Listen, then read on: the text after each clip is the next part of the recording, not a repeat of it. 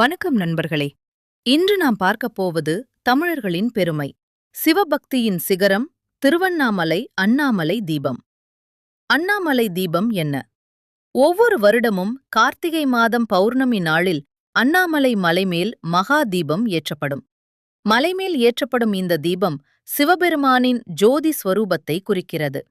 அருணாச்சல ஜோதி தரிசனம் என்பது பிறவி பாவங்கள் கரையும் தருணம் என்று நம்பப்படுகிறது. ஜோதி தரிசனத்தின் ரகசியம் புராணத்தில்.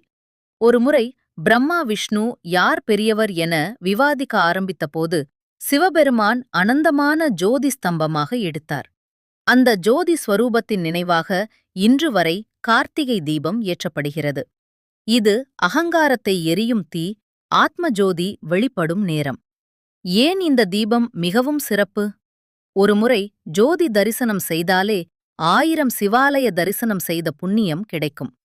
மனக்குழப்பம், அச்சம், தடைகள் அனைத்தும் கரையும். ஆசைகளில் குழம்பியிருக்கும் மனசுக்கு திசை காட்டும் தீபம். வீடு உங்கள் பொருத்தம். வீட்டிலேயே எப்படிச் செய்யலாம்?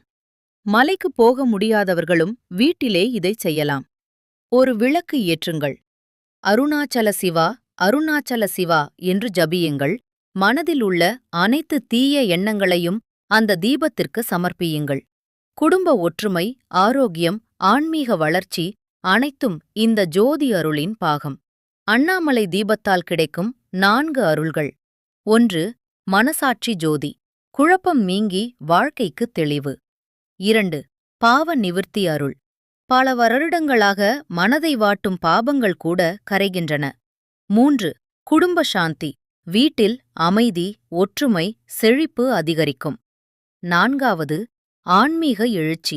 வாழ்க்கைக்கு உண்மையான நோக்கம் தெரியும். சிவபெருமானின் திருவுளத்தை நெருங்கி உணர முடியும். ஒரு தீபம், ஒரு ஜோதி. ஆனால் அதன் அருள் 1000 சூரியனுக்கு சமம். அண்ணாமலை ஜோதி நம் மனத்திலே எரியட்டும். அன்பு, அமைதி, ஆன்மீக ஒளி நம்மை மிரப்பட்டும். அருணாச்சல சிவா.